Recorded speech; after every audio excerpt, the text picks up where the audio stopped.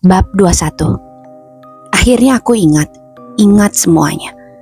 Dan sekarang kupandangi meja belajarku yang penuh dengan gambar-gambar Sean. Pandangi wajahnya yang serius.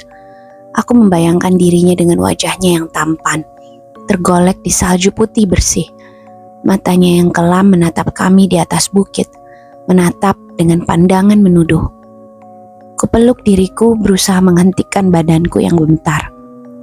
Tapi perasaan ngeri itu tidak mau hilang, menjalari sekujur tubuhku.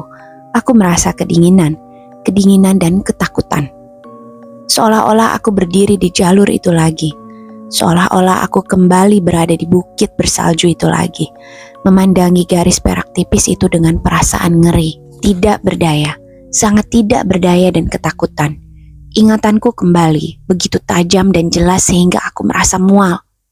Kuusap air mata yang membasahi wajahku dengan kedua tangan. Aku bahkan tidak sadar telah menangis. Sekarang kubiarkan tangisku meluap, tangis yang membuat wajahku jadi kaku, membuat tenggorokanku kaku sampai aku tersengal-sengal kehabisan nafas. Sean yang malang. Lalu aku teringat lebih banyak lagi. Aku bertengkar dengan Sean, bertengkar hebat. Aku bertengkar dengan Sean, lalu ia meninggal. Malam sebelumnya Sean dan aku bertengkar, lalu ia meninggal dan polisi datang. Aku ingat seragam biru hitam mereka di antara hamparan salju yang putih. Aku ingat wajah tegas mereka, merah karena udara dingin. Mata-mata yang memandangku dengan tajam, mengamatiku. Aku ingat pertanyaan-pertanyaan mereka, pertanyaan-pertanyaan yang tiada habisnya. Mereka menanyai kami semua selama berjam-jam. Lalu, aku belum bisa mengingatnya, tapi sudah cukup yang kuingat. Aaron benar, keadaanku akan lebih baik bila aku tidak mengingat kejadian mengerikan itu lagi. Kupeluk diriku lebih erat, berusaha mengusir perasaan ngeri yang mengguncang diriku. Lalu telepon berdering. Adriana. Aku ingat semuanya, kataku bersemangat. Adriana, semuanya bisa kuingat lagi, aku baru saja mengingatnya. Aku sangat prihatin, bisiknya. Kejadian itu begitu mengerikan, Martha. Kau pasti merasa sangat tidak enak. Iya, kataku mengakui. Ku coba bicara lagi, tapi tenggorokanku serasa tersumbat. Kejadiannya mengerikan sekali bagi kita semua. Gumam Adriana melalui telepon. Sejak hari itu kami... Adriana, kawat itu, kataku. Ada orang yang merencanakan untuk membunuh salah satu dari kita. Ia terdiam. Tidak ada yang tahu, Martha, ujarnya. Apa? Teriakku. Bagaimana dengan polisi? Mereka tidak tahu apa yang sebenarnya terjadi. Adriana menghela nafas. Lama sekali baru polisi bisa mendaki jalur ski itu. Kita semua berteriak-teriak dan menjerit-jerit. Kita seperti orang sinting. Kasihan Laura, mereka terpaksa memberinya obat penenang supaya dia bisa tidur. Sementara Ivan nyaris gila. Tapi polisi, kataku. Mereka menanyai kita semua, mereka memeriksa kawat itu, lalu mereka mengambilnya dan membawanya ke lab mereka. Tapi mereka tetap tidak tahu siapa yang merentangkan kawat itu atau apa sebabnya. Air mata mengalir di pipiku. Aku tidak berusaha menghapusnya. Aku memusatkan pikiran pada kata-kata Adriana, berusaha memahami apa yang dikatakannya padaku. Dan sekarang aku mendengar tangisnya juga, terseduh-seduh, pendek dan putus-putus. Aku, katanya tergagap. Aku tidak tahu, kejadian itu sangat mengerikan, mimpi yang sangat buruk, Martha. Suasana sepi sewaktu ia berusaha menenangkan diri. Lalu ia melanjutkan ucapannya dengan suara bergetar. Aku tak akan bisa melupakannya. Sejak saat itu aku tidak bisa tidur, sekejap pun tidak, Martha. Tiap malam aku selalu mengalami mimpi buruk itu, berkali-kali. Oh, Adriana. Tapi ia menangis keras-keras sambil terus berbicara. Aku tidak bisa berkonsentrasi. Aku tidak bisa mendengarkan pelajaran apapun di sekolah. Aku tidak bisa membuat pekerjaan rumah. Nilai-nilaiku, aku tidak bisa berpikir jernih. Dingin yang menjalari tubuhku hampir membuatku menjatuhkan telepon. Kupegang gagangnya lebih erat dengan tanganku yang basah. Adriana, kataku tersendat. Kau tidak berpikir bahwa salah satu dari kita yang membunuh Sean, kan? Menurutmu bagaimana? Tanyanya. Suaranya hampir menjerit, seolah-olah ia marah. Menurutmu bagaimana, Martha? Tidak ada orang lain di puncak bukit itu.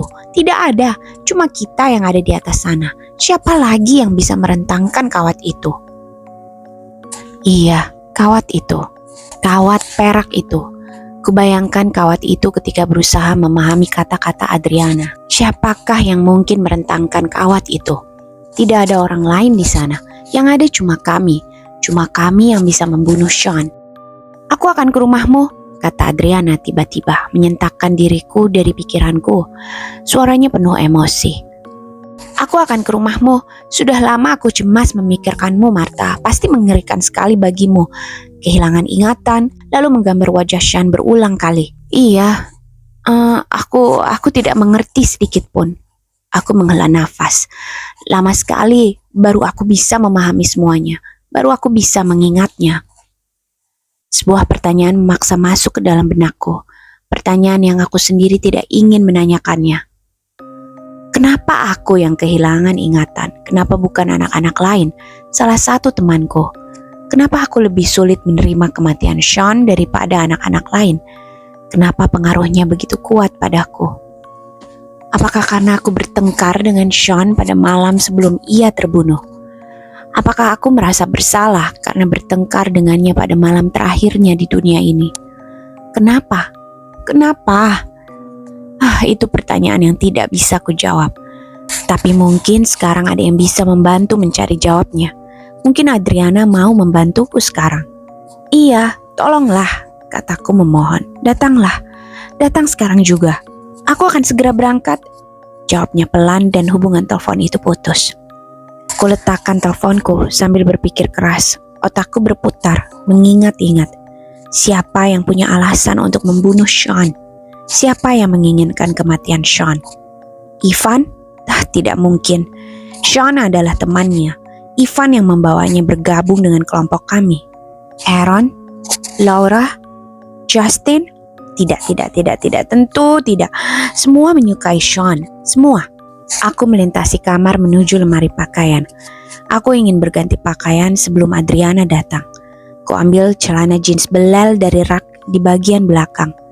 Aku senang Adriana akan datang. Mungkin sekarang kami bisa berbincang-bincang, mencurahkan semua yang membebani pikiran kami. Aku perlu bicara, dan aku tahu baik pula bagi Adriana bisa bicara dengan seseorang. Gadis malang, ia begitu hancur. Ia mengalami saat-saat yang sulit. Orang tuanya bertengkar terus-menerus. Kakaknya diskors dari sekolah, merusak hidupnya sendiri.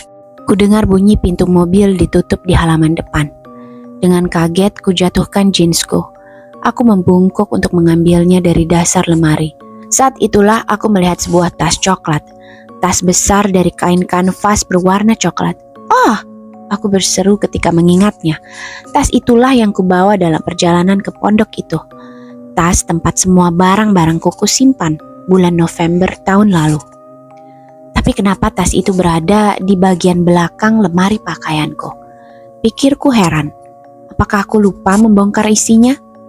Apakah aku menjejalkannya begitu saja dan melupakannya? Kuseret tas itu keluar, tanganku gemetar ketika membukanya. Ku keluarkan sweater-sweater kusut dan celana jeans yang tergulung, juga 2 helai celana panjang ketat. Aku tidak pernah membongkarnya, pikirku. Waktu itu aku pasti sangat kacau, sangat bingung, sehingga kusembunyikan saja tas itu. Ku keluarkan baju-baju lain, tas kosmetik, pengering rambutku yang lama, lalu... Tidak! Jeritku kuat-kuat ketika melihatnya. Aku melolong ketakutan.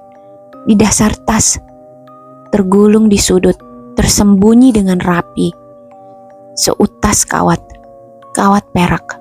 Digulung rapi, di sampingnya terdapat pemotong kawat. Kawat yang membunuh Sean.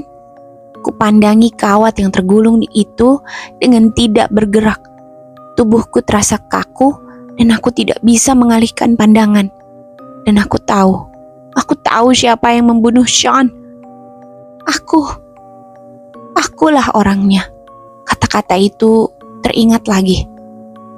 Kau terus-terusan menggambarnya karena kaulah yang membunuhnya.